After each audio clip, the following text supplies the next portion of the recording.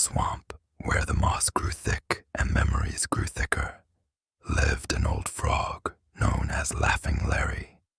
Unlike other elderly frogs who spent their days contentedly catching flies and sharing wisdom, Larry was different.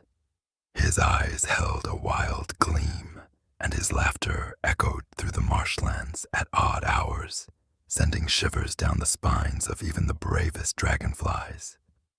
One misty evening, a young frog named Max accidentally hopped into Larry's territory while practicing for the annual Frog Olympics.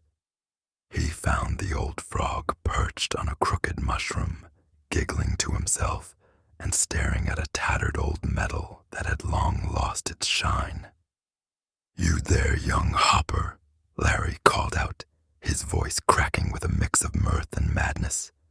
"Come closer, let old Larry tell you a tale of talent wasted. Ha ha ha ha ha ha ha." His sudden laugh made Max jump, but curiosity kept him from fleeing. "See this medal?"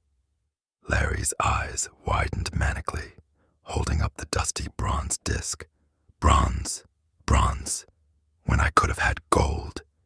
He burst into another fit of laughter that ended in something closer to a sob.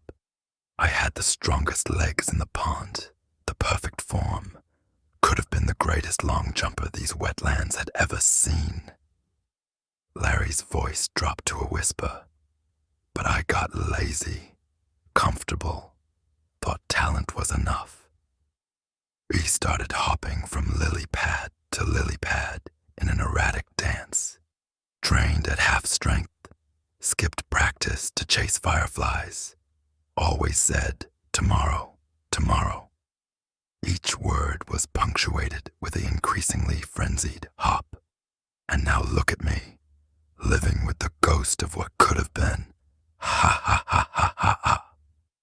Max watched in stunned silence as Larry continued his wild performance, the old frog's movements becoming more manic with each leap.